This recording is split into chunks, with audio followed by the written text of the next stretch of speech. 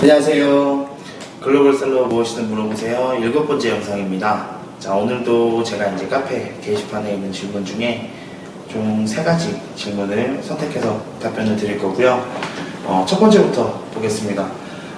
첫 번째는 지혜짱 회원님이 질문해 주신 건데요. 제목은 안녕하세요. 캐나다 거주하는데요. 질문 드립니다. 라는 제목이고요.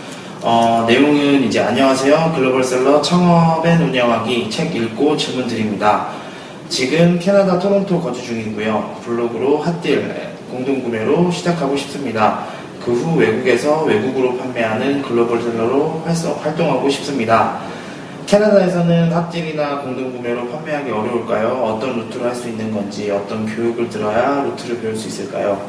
한국에 있으면 강의를 들으러 갈 수 있겠지만 외국이라서요. 그리고 그 후에 외국에서 외국으로 판매하는 것으로는 어떤 강의를 들어야 할지 알려주시면 감사하겠습니다.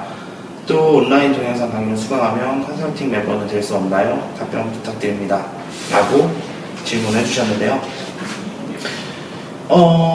우선 캐나다에서 핫딜이나 공동구매로 판매하시는 거가 이제 예를 들면 한국을 대상으로 해서 한국 네이버 블로그나 다른 다음 관련된 그런 블로그들로 한국 구매자들의 대상으로 판매하신다고 하면 가능하고요. 판매하는 거는 그렇게 어려우실 것 같진 않아요. 오히려 현지에 있으신 거니까 현지 제품들을 소싱을 해서 판매하시는 거다라고 하면 크게 어려우실 건 없을 것 같고요. 루트는 이제 비슷하죠. 아마 캐나다에도 배대지가 있고요. 배대지를 통해서 한국으로 배송하는 방법이 있고, 아니면 본인이 직접 제품을 받아서 한국으로 직배송하는 방법도 될 수 있겠죠. 왜냐하면 이제 현지에 계시기 때문에 그걸 잘 접목시켜서 하시면 될 것 같은데, 그리고 강의 같은 경우에는 지금 온라인 동영상 강의가 해외 구매대행이라는 과정이 있고요. 그 과정을 들으시면 좀 자세히 배우실 수 있을 것 같아요. 근데 물론 일단 해외 구매대행 강의 자체가 한국에 계신 분들을 대상으로 한국에서 해외에 있는 제품을 구입을 해서 한국에 다시 판매하는 과정이기 때문에 좀 약간의 변경은 필요할 수 있겠죠. 그 부분은 이제 강사님이신 이제 저희 안영신 소장님한테 따로 좀 컨설팅을 따로 좀 받으셔야 되는데, 이제 그 부분은 일단 기본 메인 강의를 들으신 다음에 이제 추가적으로 이제 본인의 사정에 대한 사정을 좀 더 배우시면 되겠죠. 그리고 온라인 동영상 강의 들으시면 컨설팅 멤버 당연히 됩니다. 그래서 그거는 크게 문제 없을 것 같고요. 그리고 외국에서 외국으로 판매하는 거는 이제 미국에서 말레이시아나 그런 제3국 판매를 말씀하시는 것 같은데, 그 부분은 이제 라자다 수업을 들으시면 될 것 같습니다. 근데 중요한 게 이제 지금 온라인 동영상 강의가 해외 구매대행 컨설팅 과정으로 봤을 때는 해외 구매대행밖에 없기 때문에 이거는 좀 저희도 이제 동영상 강의 촬영 준비 중이니까요. 좀 기다렸다가 하셔야 될 것 같고요. 우선은 이제 블로그로 핫딜이나 공동구매부터 먼저 시작하시면 될 것 같습니다. 그래서 이 부분은 일단 해외 구매대행 강의를 들으면 가능하다라는 말씀드리고요. 자, 이제 두 번째 질문 보겠습니다. 하늘그린님이 질문해주신 내용이고요. 제목은 화장품을 구매대행할 경우 질문 드립니다. 라는 내용입니다. 자, 먼저 질문 내용 보시면 여러 번 도움 주셔서 감사합니다. 한 번 더 도와주세요. 제조 관리 판매자는 없어도 된다고 이 카페에서 검색해서 알았는데요.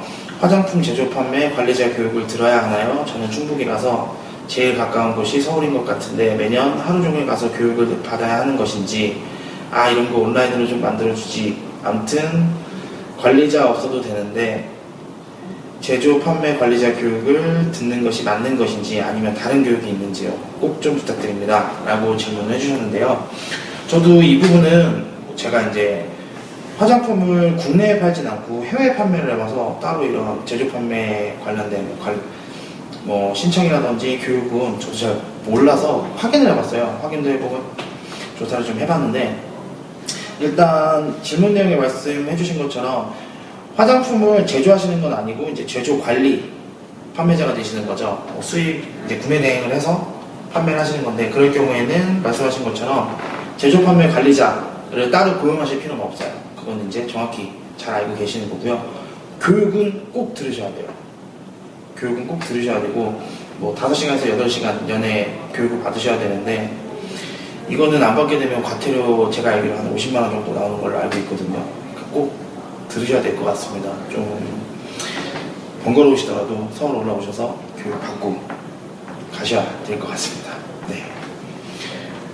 그래서 결론은 꼭 교육을 들어야 된다라는 거고요. 자, 오늘 마지막 질문은 이제 아마존 관련된 내용이네요. 아웃사이더님이 질문해 주신 거고요. 질문 내용은 여기저기서 셀러 계정 정지에 관한 이야기들을 많이 합니다. 그래서 가족 명의로 하나를 추가하려 하는데 가능한가요? 라고 질문해 주셨는데요.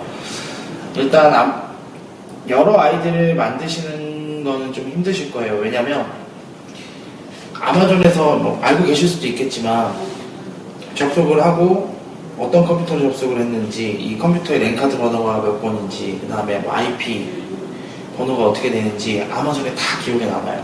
근데 가족분 명의가 되면 접속하는 장소도 아마 겹치는 부분이 있을 거고요. 그 다음에 개인정보 관련된 내용도 뭐 주소라든지 전화번호라든지 그런 게 겹칠 수도 있기 때문에 같은 계정으로 본다는 거죠. 그래서 메인 계정이 정지가 되면 그 두 번째 계정도 정지될 가능성이 상당히 커요. 그래서 웬만하면 그냥 하나의 아이디로 잘 하셔야 되고요. 그래서 그게 좀 중요한 것 같습니다. 아마존은 이제 판매가 잘 되는 시장이고 어마어마하게 큰 시장이기도 하고요. 근데 그만큼 셀러들한테 까다롭게 정책 부분에 대해서 까다롭게 구는 부분이 있습니다. 그 부분은 정책 위주로 해서 잘 지켜주시는 게 중요하고요. 계정 정지가 되었을 경우에는 차라리 거기에 이제 어필을 하셔서 정지를 풀어주시는 게 가장 올바른 답이라고 생각합니다.